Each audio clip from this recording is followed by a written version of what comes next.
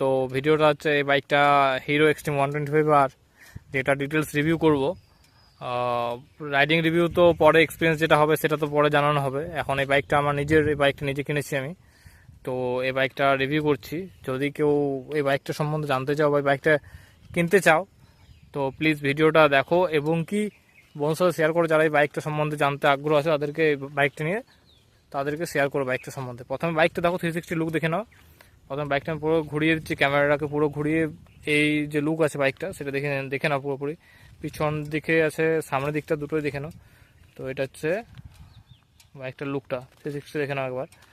তারপরে যে ভিডিওটা আছে, সেই ভিডিওটার সম্বন্ধে গাড়িটার মধ্যে কী কী আছে সেটা বলে দিচ্ছি। তো দেখো, প্রথমে বাইকটা হচ্ছে সত্যি কথা আমেজিং বাইক। এই হিরো এই যে প্রোডাক্টটা বের করেছে, এক নাম্বারের, বলতে গেলে যত বাইক ছিল এর কম্পিটিটার, এখন যদি বলতে হয় কম্পিটিটার সেইভাবে কেউ নেই।